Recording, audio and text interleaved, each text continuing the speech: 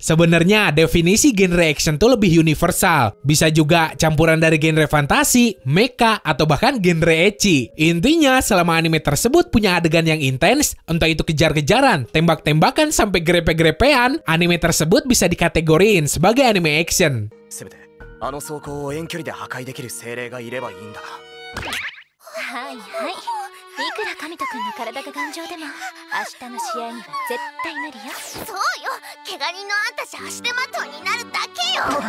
Halo, gue Andre, selamat datang di Distrik Anime. Sebelum mulai, kayak biasa, kalau seandainya lu suka sama pembahasan ini, jangan lupa like, terus share videonya ke sahabat Wibulu yang lain. Karena kalau gitu, gue juga jadi makin semangat bikin videonya. Nomor 5, Darwin's Game, tayang perdana Winter 2020.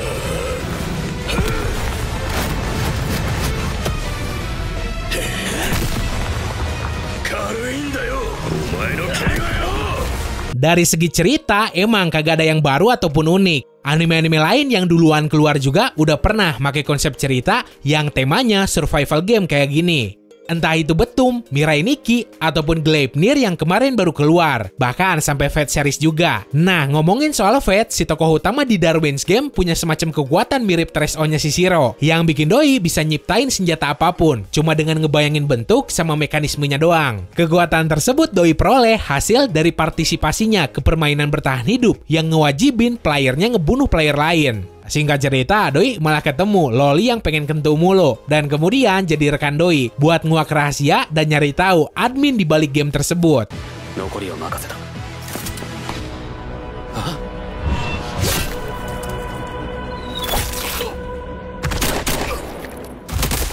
Nomor 4, Kanan, tayang perdana Summer 2009.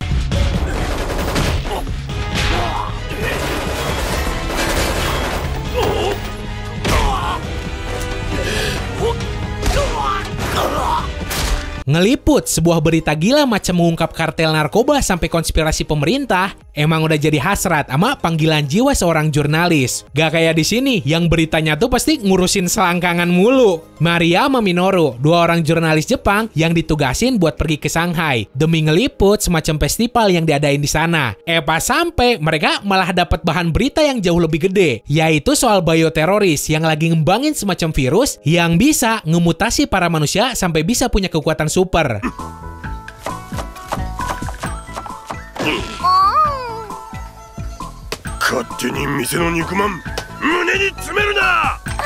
Nomor 3, Psycho Pass, tayang perdana Fall 2012.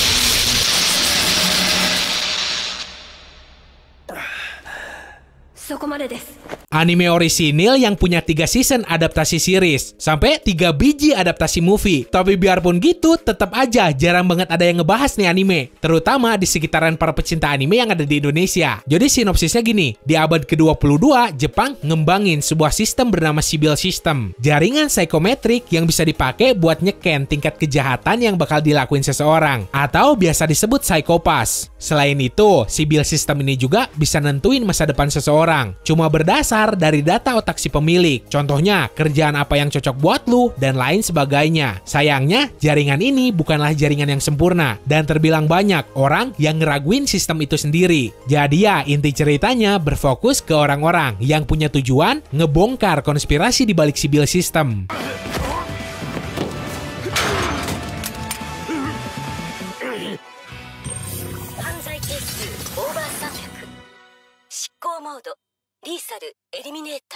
Nomor 2, Fate Grand Order, Jetai Maju Sensen Babylonia, tayang perdana Fall 2019.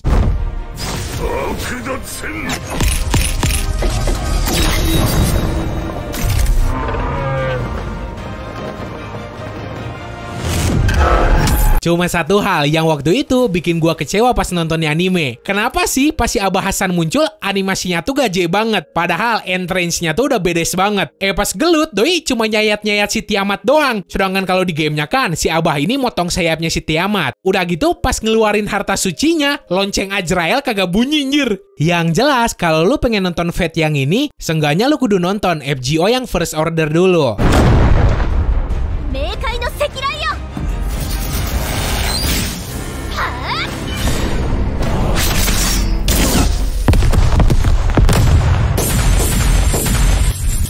Biarpun sebenarnya masih ada beberapa singularity lain sebelum Babylon. Jadi ceritanya tuh gini, akibat dari paradoks kehancuran yang dilakuin sama si Solomon, Babilonia ini terancam punah akibat kemunculan para binatang sihir. Ditambah para roh pahlawan yang korup. Raja Gilgamesh yang saat itu mimpin Babilonia ngerahin seluruh kekuatannya buat ngelawan dan ngelindungin daerah kekuasaannya itu, bareng si Pujimaru sama Mash yang datang dari masa depan.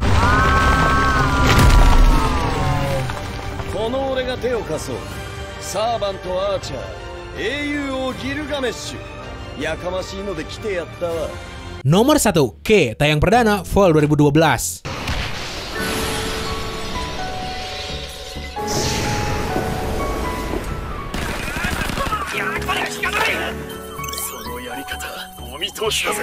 Yap, judul cerita paling pendek di sepanjang sejarah anime. Nah, anime ini tuh nyeritain tentang para kings yang nyandang gelar sebagai pemimpin klan yang ngedominasi berbagai wilayah. Mulai dari Silver Clan, Gold, Blue, Red, Green, Grey, bahkan sampai klan tanpa warna. Para klan itu jadi penyokong keseimbangan, yang barang siapa bentrok satu sama lain, nantinya bakal muncul kejadian yang bahkan bisa ngehancurin daerah dengan radius 100 km dan nelen 700.000 korban jiwa. Adolf K. Weisman alias Silver King, orang yang jadi protagonis utama di cerita K, yang nantinya bakal ngelerai semua konflik bareng cewek neko yang doyan banget bugil.